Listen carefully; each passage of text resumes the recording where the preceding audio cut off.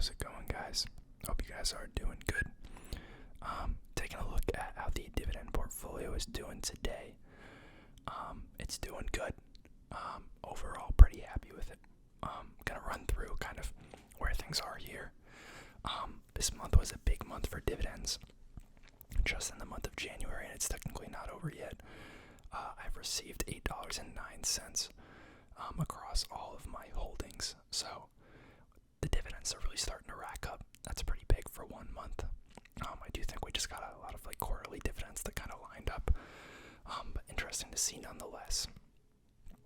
Before I go any further, traditional disclaimer that none of this is financial advice, legal advice, or tax advice. I'm not a licensed professional in any of those categories. So, take what I say with a grain of salt. This is for education, or for entertainment purposes, sorry. Consult a professional, do your own research before investing. Now, overall, portfolio is not doing too bad. The market has come back a little bit in the past week or two since I last made a dividend portfolio update video. Currently have invested a total of $1,280 in the account. Current account is sitting at about $1,180. So overall down just a hair over $100, which is not bad at all. The XIRR, so taking into account my frequent deposits of $20 each week, XIRR of -10% since inception. And that was at the end of 2021 that I really started this account. It is kind of cool to see how much it's grown to, just from adding $20 each week. For those of you who don't know, I believe I started this account with $100 and saved for maybe 1 week where I missed a deposit. I've put in $20 every week since, and it's now worth almost $1,200. Since starting the account, I have received over $33 in dividends, and there's a non-weighted return of -7.87% compared to the market. Not too bad. So, let's take a look at the holdings here. Today was kind of a mixed bag of a day, but probably overall good. Agree Realty coming up on the ex-dividend date at the end of this month. This is the biggest winner in my account right now, up 7.2%. Still does not cease to surprise me that this has continued to be the winner in the account. It's also one of the bigger dividend payers across my portfolio so far. So, monthly dividend payer, retail REIT, you guys know the story. Not going to go too in depth on these, but I have been adding my regular contributions to Getty Realty, which I made a video on about a week and a half ago, 2 weeks ago. If you guys are interested, kind of my thesis behind that and what the company looks like, go check it out. That is up 3.3% though. That's a pretty recent pickup. They are a REIT that owns mostly convenience stores / gas stations. They have some other auto-related properties like auto parts stores, car washes, auto part retail stores, places you get your oil changed, those type of things. So pretty recession resistant in my eyes, and decent yield on that. Then we have Blackstone. This one was, in the news recently because they just had earnings. The headlines actually looked pretty poor, but surprisingly, if we just look here, Blackstone stock is actually up over 11% in the past 5 trading days, which is, pretty insane given the pretty pessimistic headlines. Pretty much every headline was that their earnings expectations fell short. Their earnings fell 41% as asset sales slump. Blackstone's fourth quarter distributable earnings fell 41% year-on-year as the world's largest manager of alternative assets said on Thursday it cashed out fewer investments across key portfolios. Blackstone has been dealing with rising redemptions as its flagship real estate income trust, BREIT, prompting the private equity firm to exercise its right to block investors. That doesn't sound grammatically correct. I've been dealing with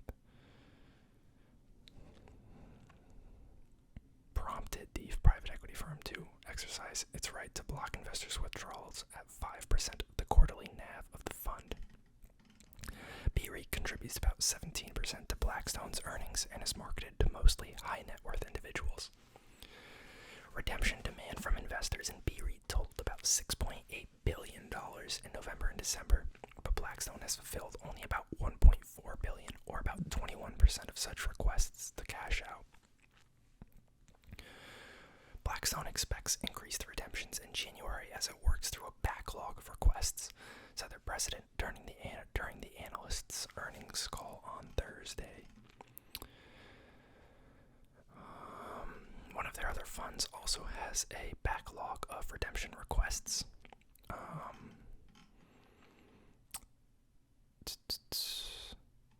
Stock did have a pretty bad year last year, but it has been doing well since the earnings, which is kind of surprising. So, despite these headlines, I think a lot of these issues are things that were already known. Blackstone's distributable earnings do tend to be kind of rocky, which is one of the reasons that they don't have a fixed dividend payout. It's typically calculated as a percent of net income, I believe. So as that fluctuates, so does the dividend. So not too surprising. And overall, people are probably, mostly expecting these kind of pullbacks. I think every bank is kind of dealing with these. We're seeing layoffs at most of pretty much every major company in the U.S. All the big tech companies. Pfizer had layoffs, I believe, and then a bunch of other companies.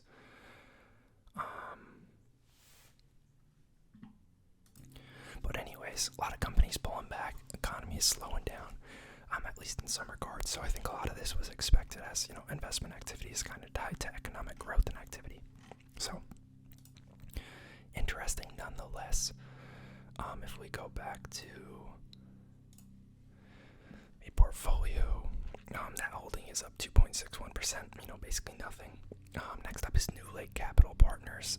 This is one of my biggest holdings in the portfolio, and that is solely because since they are an OTC stock, they cannot be purchased in fractional shares. So I think it was at in the mid 80s on my holdings, and I wanted to buy another share, and then that brought it up to 105 because I had to buy a full share. That's basically flat. Super high dividend, though. We got a nice juicy dividend from them. I think it's around the 9% mark. They're a REIT that focuses on sale-leasebacks for cannabis providers, mostly cultivation facilities in limited license states. Definitely a little riskier of a play, but the risk reward, I think, is there. Definitely a healthier version of innovative industrial properties, if you ask me, but definitely risky. Then we have Zoetis, animal health company, basically flat in the portfolio. Kind of surprised this hasn't moved one way or the other more, but I guess, rather recession resistant, but not a huge growth opportunity. I think they have a large international exposure, so they're probably getting hurt somewhat by these major currency fluctuations. Postal Realty. This one has actually done decent. It was down a little bit more before. Now we're basically flat again. Decently high dividend yield. This is a REIT focused solely on leasing USPS properties. That's to the U.S. Postal Service. Most of those local post offices you see is the ones that are, only a post office and maybe have a little warehouse in the back, all the way up to ones that have bigger fulfillment areas in the back, and they even own some of the big warehouse spaces that USPS uses. But good protection in that being backed by the government, and they have somewhat short lease terms. I believe it's 5 years, so as those start to roll over, we should see some nice same-store increases on rent renewals. Then Armada Hoffler, this used to be the biggest winner in the portfolio. It's pulled back a little bit. Decent dividend on that. That's a diversified REIT. Toronto Realty. You guys know I love my logistics real estate plays. I am a big owner of Toronto Realty and Prologis. Zoetis, and for a while I owned East Group Properties as well. Just a solid pick in my opinion. Toronto Realty owns like e-commerce and fulfillment warehouses in I think 6 major markets if you combine, New York and New Jersey like they do. Technically it'd be 7 in my eyes, but that's exclusively where they focus because they think there's either flat or declining supply of those properties, which is going to inherently make them more valuable. And then we have Equity Lifestyle Properties. They have earnings coming up. They are a REIT that owns a couple untraditional holdings. One is going to be manufactured housing communities. Another is campgrounds. And a third one is marinas. That one could get a little rocky if we see, more of a recession, as people are going to downgrade the leisure. But it's also, at least camping is a cheaper vacation idea than, a lot of the trips that people typically take. So maybe they'll see an uptick in camping. Who knows? American Tower Corporation, cell tower REIT with a little bit of data center exposure. This one's not doing too hot. I am still a fan of this. It's definitely a slow grower, but it has a nice dividend growth rate. Really stable business. I think they are having some issues overseas with certain tenants not paying because the protections that are in place aren't as strong as some of what's in the U.S. And they've also been hurt a little bit by the fact that Sprint and T-Mobile merged, because that does not help them. They have fees that they collect when these cell providers place their boxes on their towers. So less providers means less boxes, means less rent. But overall, really like them. They're kind of just a stable infrastructure play, pretty high moat. Only other really big player in the space is Crown Castle International. Bill Gates is a big holder of them, I believe. But yeah, a lot of growth potential overseas. Large portion of their cell towers are in international and emerging markets where we don't have the same, market penetration that we have in the U.S. Then we have Farmland Partners. This is a farmland REIT. Definitely a slow grower. More of just a stable core holding. Yield is pretty low as well, but definitely safe. It's a super fragmented market. I don't know if you guys have heard, but Bill Gates is one of the biggest owners of farmland in the U.S. now. Buffett likes farmland a lot as well. You guys probably see a bunch of ads online, and I know some of the YouTube gurus promote something called Acre Trader, which is another method of investing in farmland. But yeah, very stable asset class. Just something that I think would be a cool holding in the portfolio, and I think we could see some major growth there. I think traditionally it's kept pace or outpaced a lot of other asset classes through some really hard times. Camden Property Trust. This is a multifamily apartment REIT, mainly focused in the Sun Belt. This is one of the bigger losers in the account. I'm not too sure how to feel about this one. They are pretty nice apartments, definitely not like super nice, like they're not expensive, but they're on the nicer end. Definitely more of a middle class type apartment. I like the locations that they're in. I do think there was a lot of pull forward demand during COVID, as a lot of people migrated to those areas. They were able to get some nice rent renewals that they might not be able to get going forward. So the comparables will be a little tough. But I do think that if, with all these layoffs and economic activity slowing down in general, people are going to have less discretionary money. A lot of rising costs in a lot of areas, especially now that lending is becoming more expensive. You could argue that will increase the number of people that are going to rent, but I do think that it could hurt the number of people that are able to afford these kind of nicer apartments.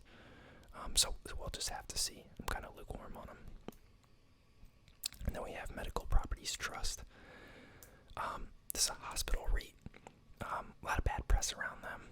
Definitely not a perfect stock by any means, but pretty high yield as a result of the risk and negative sentiment around them. Down negative 18% on them. This is actually the biggest holding in the portfolio because I've bought down in them as they've dipped. and they had a pretty strong day today, so just edged out New Lake Capital Partners as the biggest holding. They just paid us a very nice dividend too. For the $106 of them that I own, they just paid us, I believe, a $2.36 dividend. If you annualize that, that's looking at a little under $10. So we're in like the 8 to 9% yield range. So assuming that they, don't run into any major issues, even if they stayed at current levels and the price never appreciated, pretty decent yield there. So I'm kind of happy with that for now. Overall, feeling pretty good about the portfolio. Being down negative 7.87% is really not that bad. I am gonna, keep doing what I've been doing. I don't know how many more holdings I'm gonna add. I think with the next contribution, I'd like to get Getty Realty up to equal weighting with a lot of these other holdings. I'd also like to put some more money into American Tower and Farmland Partners. But after that, you can only truly follow. I'm not following them super closely, but you can only truly follow so many companies. So I don't want to make this portfolio too big. And to be honest, I may cut one or two at some point if I decide it's too much. Because I'm obviously not going to be doing in-depth analyses on these frequently at all. But I would like to be able to generally keep up with what's going on, and I do own other stuff outside of this account, so yeah. One thing I was looking at doing, two things. One was I was looking at starting a Fundrise account. I don't know if I necessarily believe that it's a better option than REITs. Kind of TBD, and I'm kind of curious to see how it's going to perform during the period we're going through right now of kind of a real estate pullback. I also am kind of worried about the redemption issues that some of these private REITs are facing.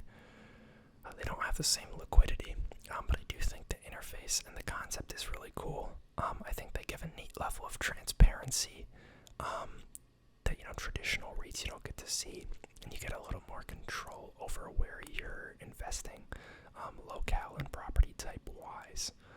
But I don't know if I'll do that or not. I have made a video on Fundrise in the past, just kind of evaluating them.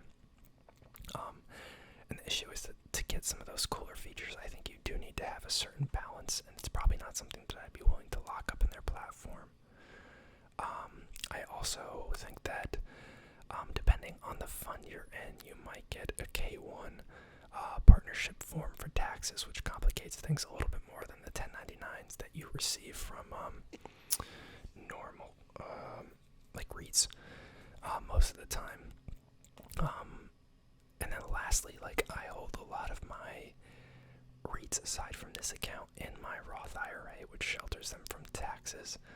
If I was to start a Fundrise account and they were to make non-qualified distributions, which most REITs do, I'd really be increasing the tax burden and reducing the benefit that I'm seeing from investing in real estate in those instances. So I don't know. Let me know what you guys think. If you guys would think that'd be cool to see or even worth it. I'm not sure how to feel about it yet. And then the other thing is starting a healthcare portfolio. I work in the healthcare sector in manufacturing. Worked at a number of companies in pharma and medical device.